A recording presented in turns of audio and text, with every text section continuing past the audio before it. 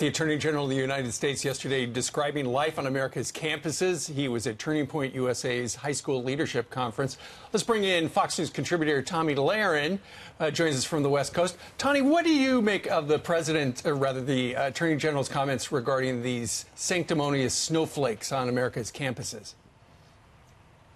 Well, he's right on the money, and I think folks that have watched me know exactly how I feel about snowflakes. But this is really a bigger epidemic going on our college campuses and now our high school campuses and all the way down to elementary school. And it's not just that kids go to college and they're surrounded by liberal classmates and liberal professors. I think the real problem here is that conservative and independent students go to college and they forget how to stand up for themselves. And I think that's the real problem, is that they have safe spaces for liberal ideas, but conservative ideas, they don't even get a platform with which to speak. So I think that's the real issue we have on our hands. He was calling out a number of schools, including Middlebury College in Vermont, University of California at Berkeley, saying that they have actively tried to silence conservative speakers. There's a report that at the top 45 colleges, no conservative was invited to give the commencement speech.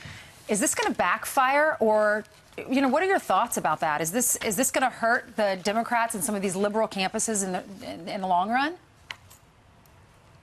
I think it will, as people get smarter and they understand that our free speech zone is the United States of America at large and not the zones that college campuses arbitrarily put in place.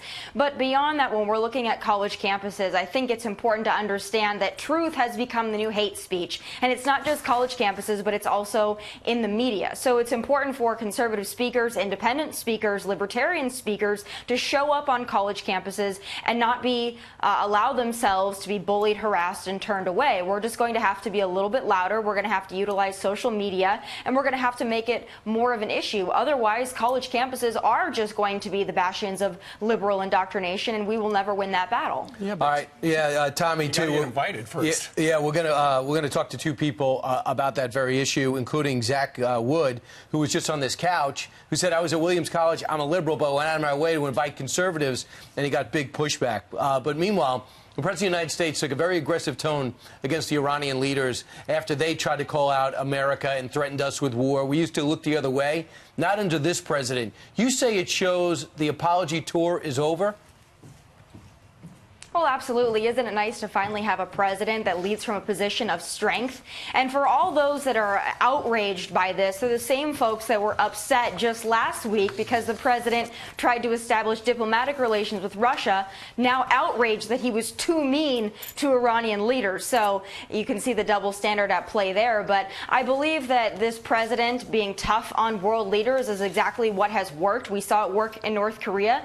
And I think soon as liberals understand that we didn't elect this president to be nice, we elected him to get things done, and he has, maybe they'll understand the strategy and they'll get on board. Well, it is a kind of strategy. It does appear, the tough talk, because the president yesterday in Kansas City at the VFW convention, Tommy, said that Iran no longer the same country it was a while ago, and he's ready to make a deal. He said, not like that last deal made by the last administration, but this administration is ready to make a deal when they are.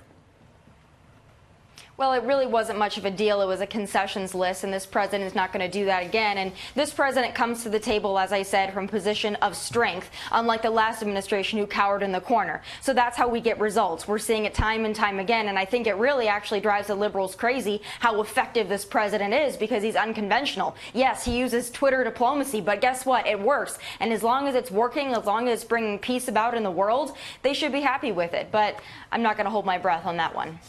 Good luck. Yeah. Thanks, Tommy.